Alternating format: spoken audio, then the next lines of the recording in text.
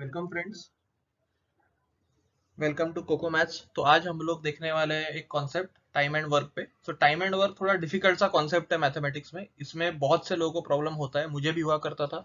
लेकिन मैंने कुछ मेरे ट्रिक्स यूज करके इसे मेरे दिमाग से पहले सॉल्व किया और इवेंचुअली मुझे काफी ये प्रॉब्लम्स इजी लगने लगे उसके बाद में।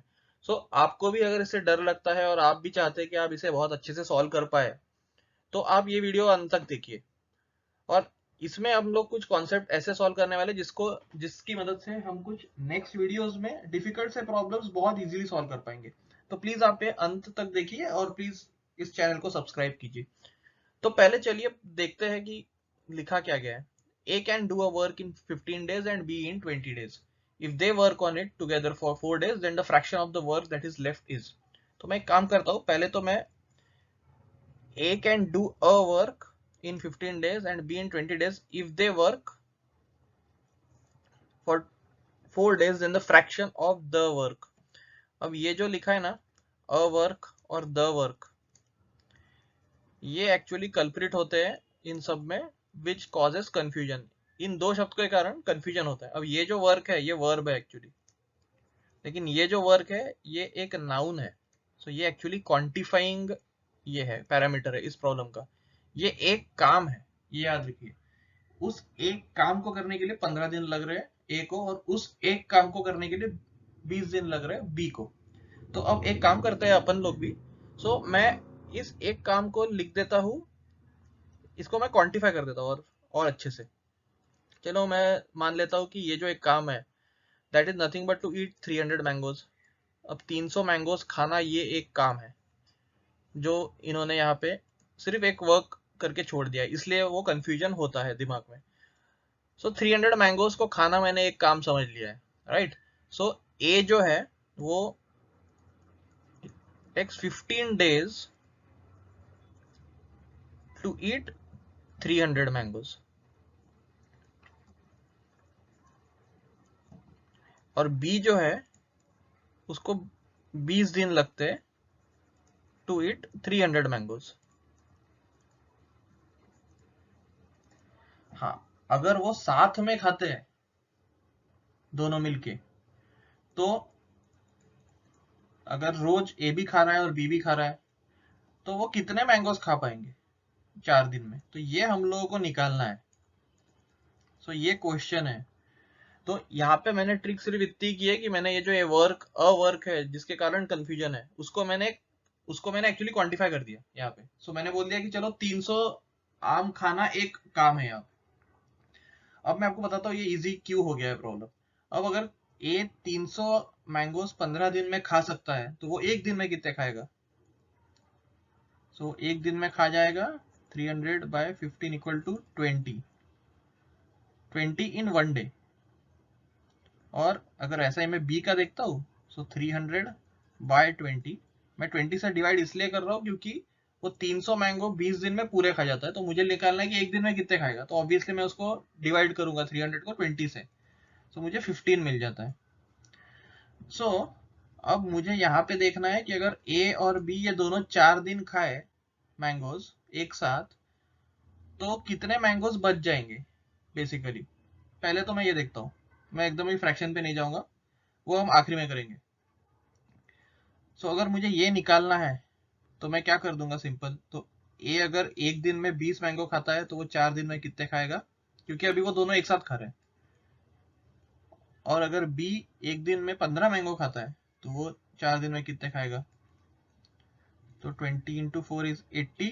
ए ने 80 मैंगोज खा लिए और बी ने 15 इंटू 4 60। 140 मैंगोज खा लिए वही इन लोगों ने। अब यहाँ पे ये पूछा गया है कि what fraction of the work that is left, right. तो ये अपन ने यहाँ पे कंसिडर किया है कि 300 मैंगे पूरे खाना ये एक काम है। तो कितना काम बचा है? तो यहाँ पे बच गया है 160। अब 160 आम खाने का काम बच गया है। तो अब कुछ नहीं, मैं सिंपली डिवाइड कर देता हूँ यहाँ पे 160 डिवाइडेड बाय 300। तो इससे मुझे आंसर मिल जाएगा कितना fraction of the work is left.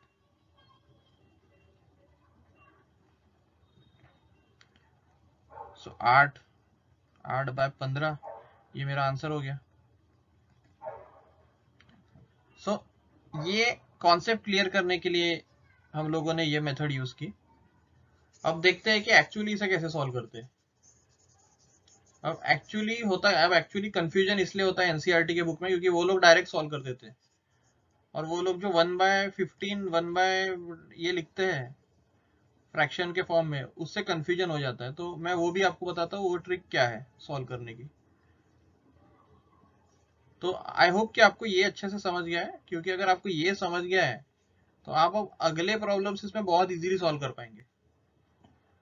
तो अब मैं जनरल मेथड से सॉल्व करता हूँ। तो ये क्या बोल रहा है कि A can do a work in 15 days and B in 20 days।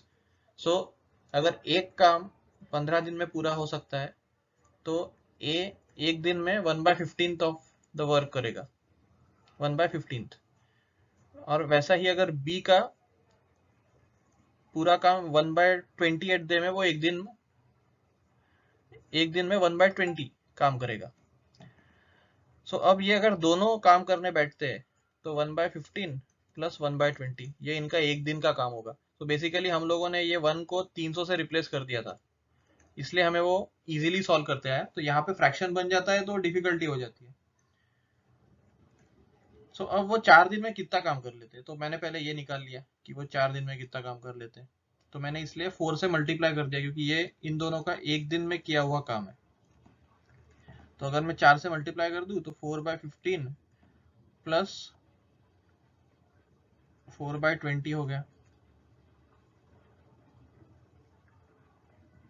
4 1 जा 4, 4 5 जा 20, और डिनोमिनेटर सेम करने के लिए मैंने इसको 3 से मल्टीप्लाई कर दिया। सो ये बेसिकली हो गया मेरा 3/15। तो ये मैं यहाँ पे लिख देता हूँ। सो 3/15 अमाउंट ऑफ 3/15 प्लस 4/15, तो 7/15 मेरा वर्क कंप्लीट हो गया है 4 दिन में। अब मुझे ये निकालना है कि भाई वर्क कितना बचा है। जैसे कि मैंने बोला कि जो यहाँ पे क्वांटिफिकेशन है वो 1 है।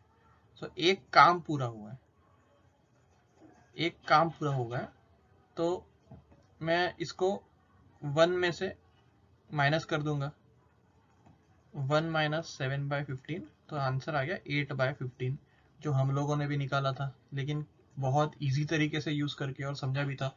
तो फ्रेंड्स, अगर आपको पसंद आया ये वीडियो और आपको लगता है कि आपके सारे कॉन्सेप्ट्स इसमें सॉल्व हो गए हैं, तो प्लीज़ काइंडली आप सब्सक्राइब कीजिए हमारे चैनल को, और प्लीज़ कमेंट भी कीजिए ताकि और हम लोग डिफ़िकल्ट से प्रॉब्लम डिफ़िकल्ट ईजी वे में सॉल्व कर पाए।